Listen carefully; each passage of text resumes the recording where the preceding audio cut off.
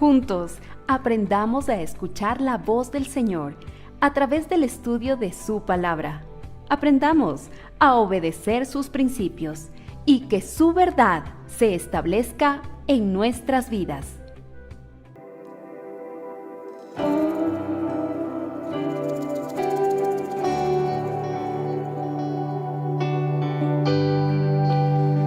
adoro, Señor, te adoro, mi Dios.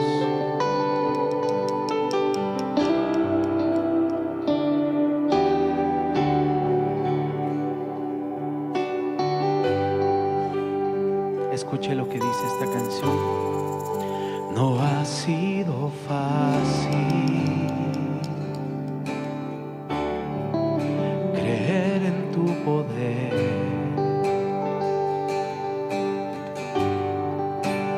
Hoy no es tan fácil conservar la fe, pero estoy confiando que todo va a estar bien. Sé que estás obrando, tan solo hay que creer.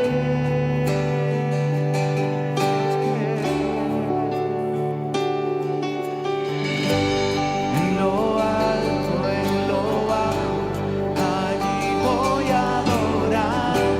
En la calma, la tormenta, siempre encuentro tu paz.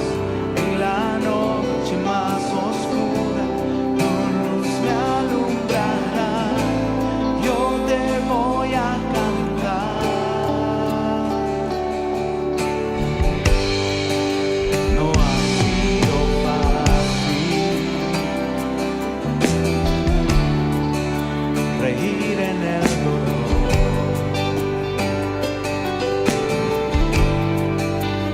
Hoy no es tan fácil, pero tú tienes el control.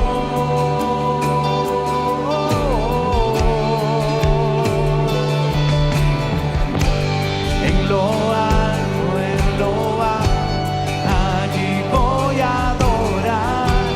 En la calma o la tormenta, siempre encuentro tu paz. En la noche más oscura, tu luz me alumbrará. Yo te voy a cantar.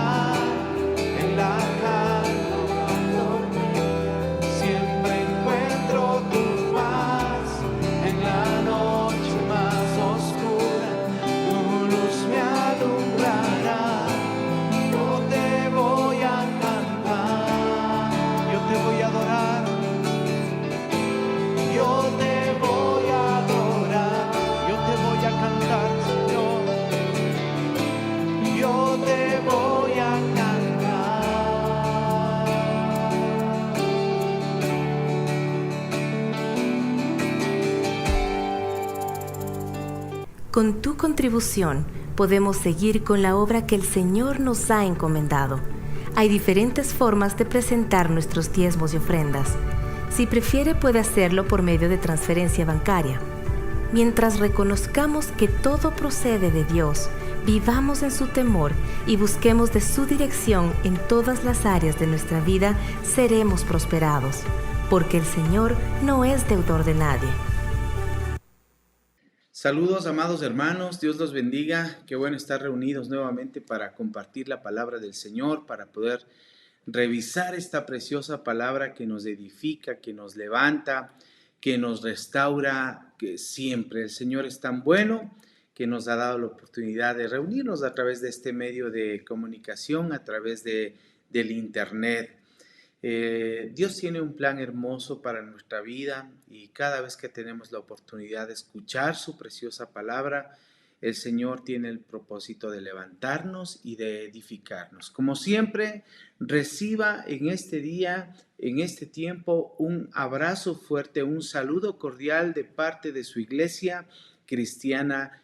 Dios es fiel. Bienvenidos a este tiempo. Hermanos, hemos recorrido un camino bastante profundo en una serie que el Señor me ha permitido compartir, que es las cartas de Juan. En este caso hemos estado revisando la primera carta de Juan, hemos ido capítulo por capítulo y hoy prácticamente estamos llegando al último capítulo de esta primera carta, el capítulo 5. Así es que por favor le pido que vaya a su Biblia a la primera carta de Juan en el capítulo 5. Bueno, hemos revisado algunas cosas en toda esta carta, comenzando con el fundamento real de nuestra fe, que es Jesús, ¿no? Y a quienes los apóstoles vieron, tocaron, conversaron con Él. Vimos el caminar con el Señor Jesucristo, que es la luz, que exige honestidad, que exige obediencia. Luego descubrimos que la marca visible de esa nueva vida en Cristo es el amor. Y es ese amor sacrificial, ese amor práctico que Él nos ha enseñado. En la última capacitación, en la última exposición, más bien dicho, que el Señor me permitió tener hace un par de semanas, nos equipamos, ¿no?, con herramientas para discernir la verdad en medio de tantas voces falsas y descubrimos lo que realmente es el amor. En esta ocasión, en esta noche, en este día, hoy llegamos prácticamente al corazón del asunto. Después de todo lo que Juan ha escrito, después de todo lo que Juan nos ha enseñado, surge ahí una pregunta existencial que todo creyente se hace tarde o temprano. Y la pregunta es la siguiente: ¿cómo puedo estar seguro de que mi fe es verdadera? ¿Hay una base sólida para mi confianza? En esta primera carta de Juan, en el capítulo 5, el apóstol no nos deja en la incertidumbre, más bien él nos presenta un fundamento objetivo, un fundamento histórico y divino para nuestra fe.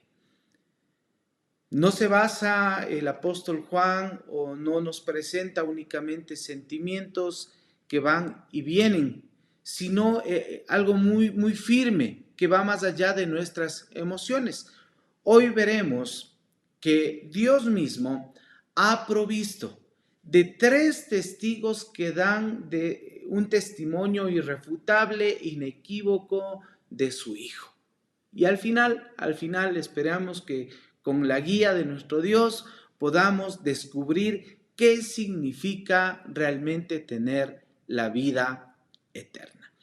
Con esto dicho, mis hermanos, vamos a la lectura bíblica. Vamos a tomar nuestra Biblia y ahí en el capítulo 5 vamos a leer desde el versículo 1 al versículo 12. Vamos, mis hermanos, leamos juntos lo que dice la palabra del Señor. Dice: todo aquel que cree que Jesús es el Cristo es nacido de Dios, y todo aquel que ama al que engendró, ama también al que ha sido engendrado por él.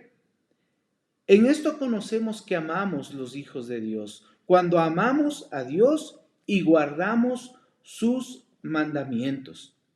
Pues este es el amor a Dios, que guardemos sus mandamientos, y sus mandamientos no son gravosos.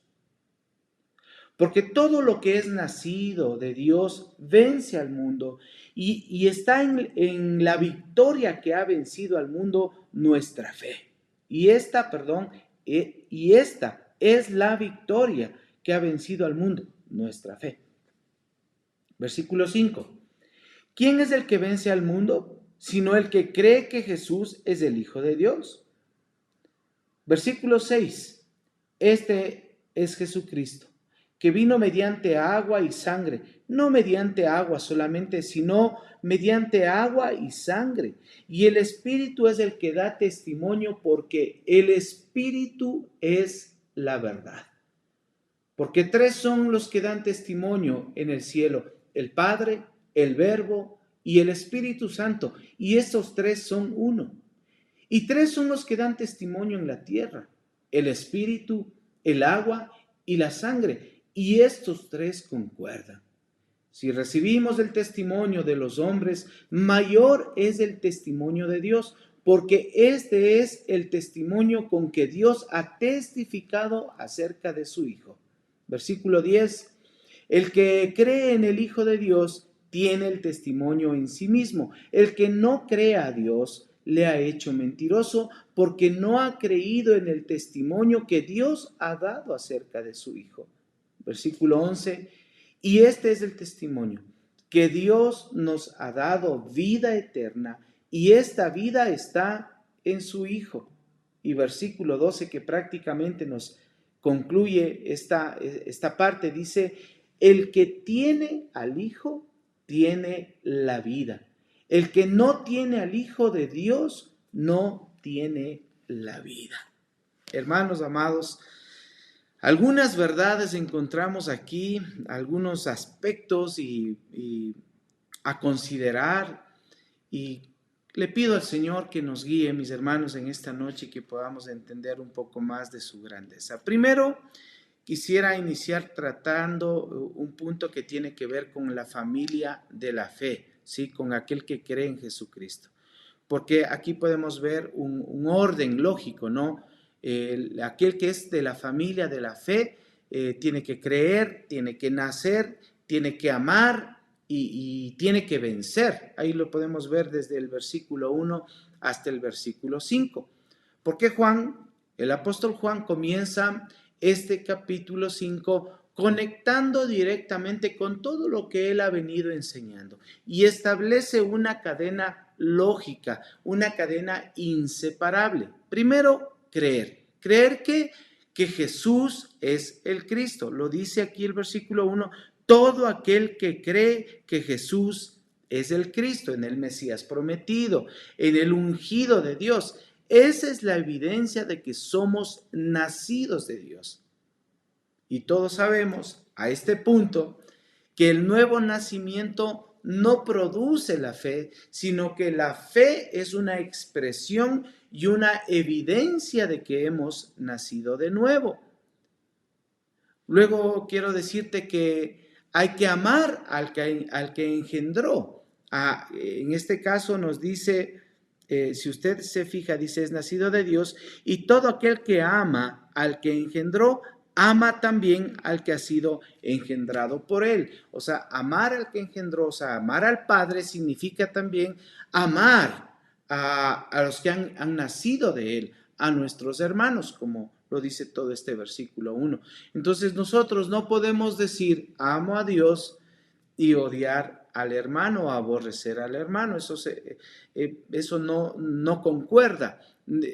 La verdad es que el que ama al Padre también ama a los hermanos. Eso es una dualidad que es inseparable. Entonces, amar a Dios, podríamos decir que se demuestra guardando sus mandamientos, según el versículo 2. En esto conocemos que amamos los hijos de Dios, cuando amamos a Dios y guardamos sus mandamientos. El amor, hermanos amados, amada iglesia, Dios es fiel. Amados amigos que nos escuchan, el amor no es un sentimiento vago, sino es obediencia a Dios y obediencia concreta. Dice, guardamos sus mandamientos. Y luego de esto viene una palabra que nos da mucha libertad, es una verdad liberadora. Dice que sus mandamientos no son gravosos. Fíjese usted, dice en el versículo 3, pues este es el amor a Dios, que guardemos sus mandamientos, y sus mandamientos no son gravosos, no son pesados, quiere decir. Y esto, hermanos, no implica que no sean difíciles de llevar en el sentimiento humano, o que sean fáciles tampoco. Por otro lado, significa que para aquel que es nacido de Dios, para aquel que tiene el Espíritu Santo en su vida, obedecer a Dios ya no es una carga, ya no es legalismo, ya no es algo insoportable, sino que más bien es gozo en su vida, es gozo en el amor de su Padre. Y finalmente, estoy haciendo un panorama general hasta el versículo 5.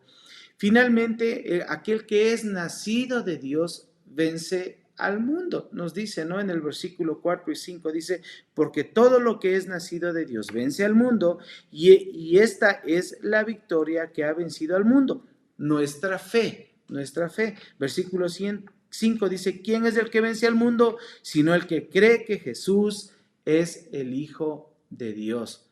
Entonces, ¿cuál es esa arma de victoria? Nuestra fe. Nos dice claramente. Y no la fe en nosotros, esto lo reitero, lo aclaro, no la fe en nuestras fuerzas, sino la fe específica en que Jesús es el Hijo de Dios. Mire, el mundo nos presiona con sus valores, con su moralidad de mundo, con miedos, con falsas promesas, pero nuestra fe se conecta con alguien que es mucho más grande que el mundo, con nuestro Dios, con el Hijo de Dios, con nuestro Salvador, con el Señor Jesucristo. Él es el Hijo de Dios. Pero si nosotros seguimos, y más adelante, a partir del versículo 6, se nos habla de 3 testigos que Dios ha provisto, y el título del mensaje de hoy es 3 testigos que lo cambian todo, y es como que la base, el corazón teológico de todo este pasaje, de toda esta porción bíblica, ¿sí? 3 testigos que Dios ha provisto. Juan nos presenta prácticamente un testimonio triple, y haciendo eco, creo yo, a un requisito bíblico que se encuentra ahí en Deuteronomio 19, que le voy a dar lectura para que usted sepa de lo que le estoy hablando, porque hay un requisito bíblico que decía que por boca de 2 o 3 testigos se establecerá un asunto, se establece algo. Deuteronomio 19:15 dice, no se tomará en cuenta a un solo testigo contra ninguno en cualquier delito ni en cualquier pecado, en relación a cualquier ofensa cometido. Solo por el testimonio de 2 o 3 testigos se mantendrá la acusación. Entonces, el Señor, ahí en el versículo 7 y 8, dice que 3 son los que dan testimonio: el Espíritu, el agua y la sangre. Vamos a leer esto nuevamente, el versículo 6 dice, este es Jesucristo, que vino mediante agua y sangre, no mediante agua solamente, sino mediante agua y sangre, y el Espíritu es el que da testimonio, porque el Espíritu es la verdad. Luego se nos habla de estos 3 testigos que dan testimonio, en cambio, en el cielo, y otros que dan en la tierra. Los que dan testimonio en el cielo, dice el Padre, el Verbo y el Espíritu Santo. Estos 3 son uno. Hace una comparación hermosa ahí, porque el versículo 8 dice, y 3 son los testigos que dan testimonio en la tierra: el Espíritu, el agua y la sangre, y estos 3 concuerdan.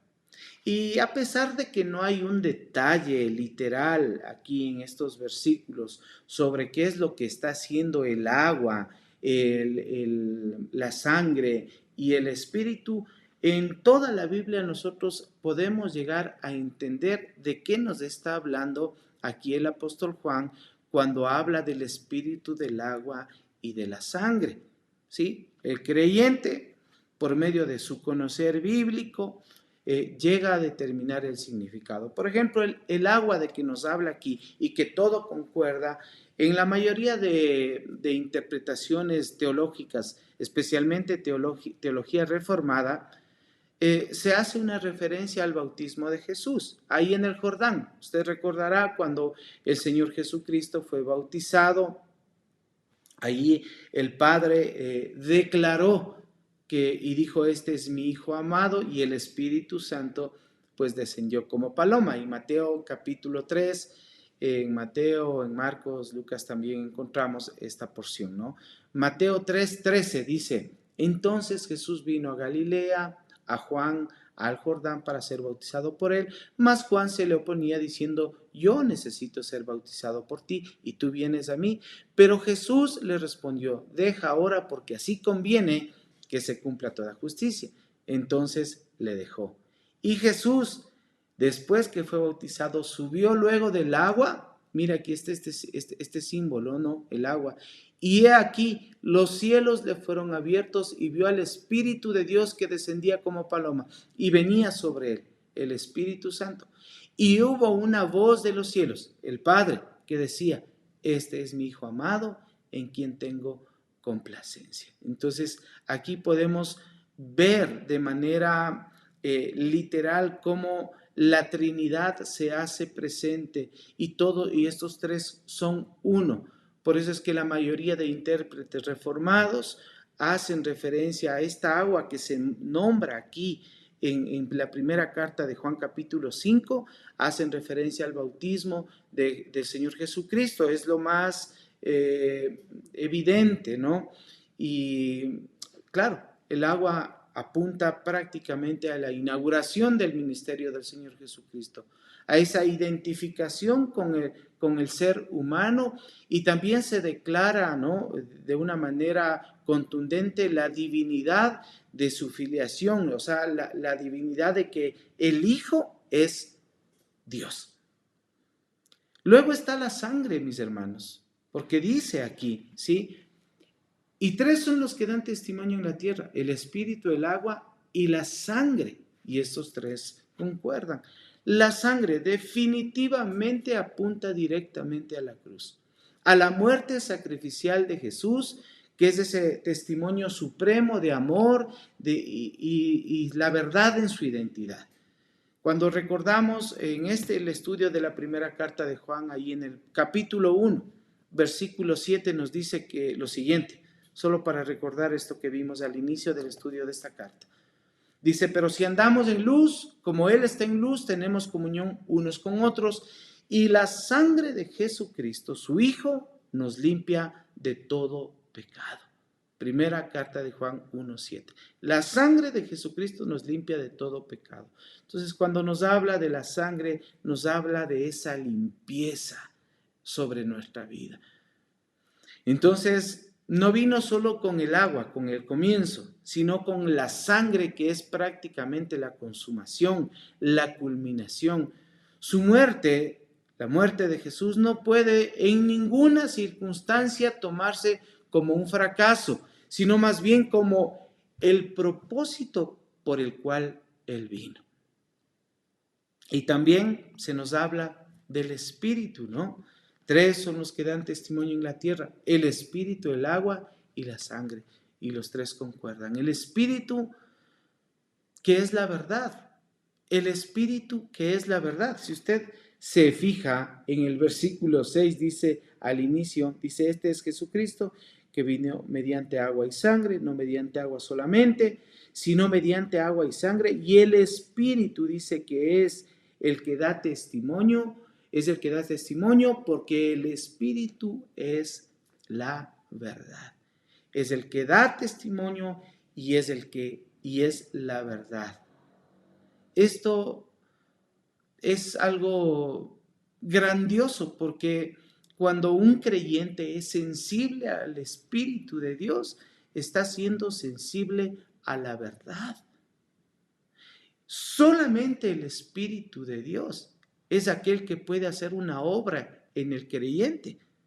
Juan 16, no en las cartas de Juan, pero en el Evangelio de Juan, ahí en el capítulo 16, versículos del 8 al 11, dice así, hermanos. Escuche esto, dice, y cuando Él venga, o sea, el Espíritu Santo, venga, convencerá al mundo de pecado, de justicia y de juicio. De pecado por cuanto no creen en mí. De justicia por cuanto voy al Padre y no me veréis más. Y de juicio por cuanto el príncipe de este mundo ha sido ya juzgado. Entonces el Espíritu Santo toma lo que es de Cristo y nos revela a nuestra vida, a nuestro corazón, confirmando la veracidad de la obra del Señor Jesucristo, la veracidad del testimonio histórico, bíblico, de testimonio total en la vida de mucha gente. El Espíritu Santo lo confirma. A mí me llama mucho la atención que después aquí en este versículo 8 hace un énfasis del apóstol Juan y dice, estos tres concuerdan. O sea, tanto el agua como la sangre, como el Espíritu de la verdad, concuerdan, dice, y no hay, por lo tanto, no hay contradicción. El testimonio del agua, o sea, el bautismo, el comienzo, la sangre, que es la cruz, la consumación, y el Espíritu Santo, que es la confirmación interna, la verdad, apuntan a la misma y a la única verdad que puede existir. Jesucristo es el Hijo de Dios. Sepa esto usted, hermano. Jesucristo es el Hijo de Dios. Y un tercer punto en este capítulo 5, en esta primera parte del capítulo 5, porque quiero revisar con ustedes hasta el versículo 12. A partir del versículo 9, prácticamente nosotros vemos que hay un testimonio supremo, que es el testimonio de Dios mismo. Juan lleva esto que nos está enseñando de que hay tres testigos, de la sangre, el agua y el Espíritu, les lleva a un nivel mucho más alto. Y él hace una comparación ahí en el versículo 9 y nos compara y dice, si recibimos el testimonio de los hombres, no sé, en un tribunal, el testimonio de un testigo humano es imperfecto, como es el ser humano. Pero termina diciendo, mayor es el testimonio de Dios. Fíjese el versículo 9, dice, y si recibimos el testimonio de los hombres, mayor es el testimonio de Dios, porque este es el testimonio con que Dios ha testificado acerca de su Hijo. Es Dios mismo dando el testimonio, es Dios mismo siendo testigo.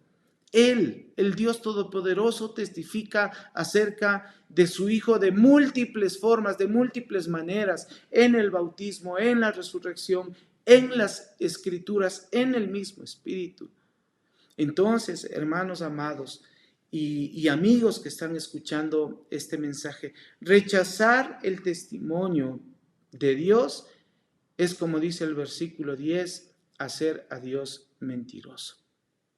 Y esta es una declaración solemne, es una declaración seria. Lea por favor el versículo 10, dice, el que cree en el Hijo de Dios tiene el testimonio en sí mismo. El que no cree a Dios le ha hecho mentiroso porque ha creído en el testimonio que Dios, porque no ha creído en el testimonio que Dios ha dado acerca de su Hijo.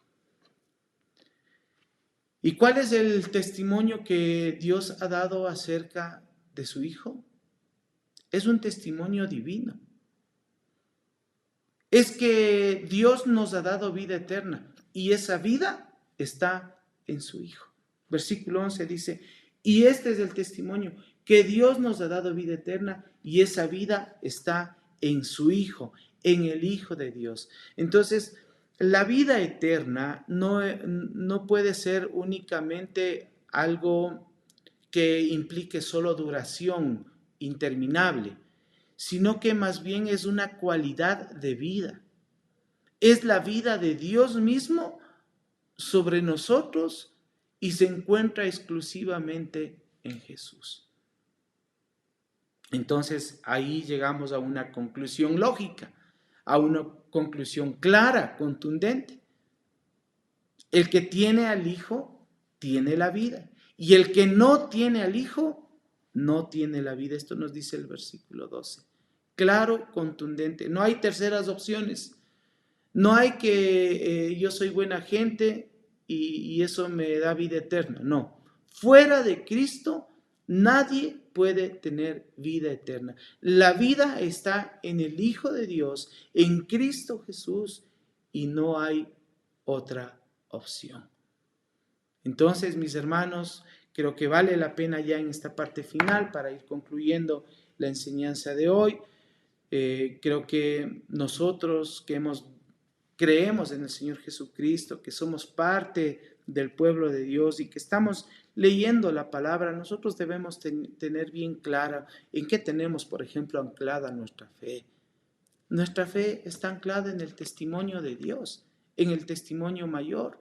Entonces, cuando vengan a nosotros las dudas, que sabemos que vendrán en su momento, así pasa con el ser humano, no te aferres a ese sentimiento humano.